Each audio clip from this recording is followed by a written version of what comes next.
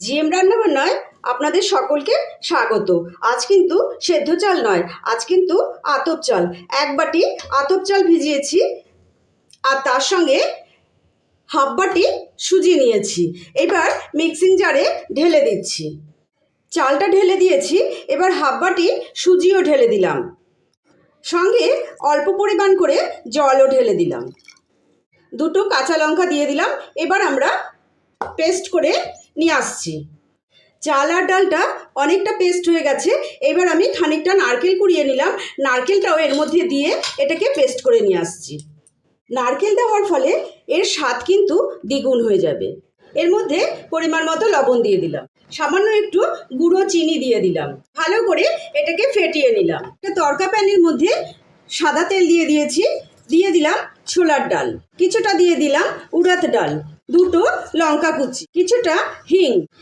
গ্যাসের ফ্লেমটা এবার বন্ধ করে দিয়ে এবার দিয়ে দিলাম সর্ষে আর দিয়ে দিলাম আমি কারি পাতা কিছুটা।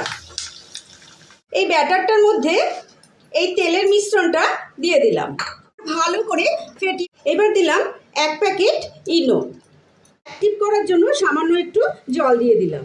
এবার এটাকে ভালো করে ফেটিয়ে নেব। এখানে একটা পাত্র নিয়ে নিয়েছি, এর মধ্যে তেল ব্রাশ করে নিয়েছি। যে কোনো পাত্র নিতে পারেন, স্টিলের পাত্রও নিতে পারেন আপনারা। আমার কাছে এটা ছিল তাই এটাই নিয়েছি। ইনো দেওয়ার পরে আর বেশিক্ষণ রাখা যাবে না, এটাকে আমি এর মধ্যে ঢেলে দিলাম।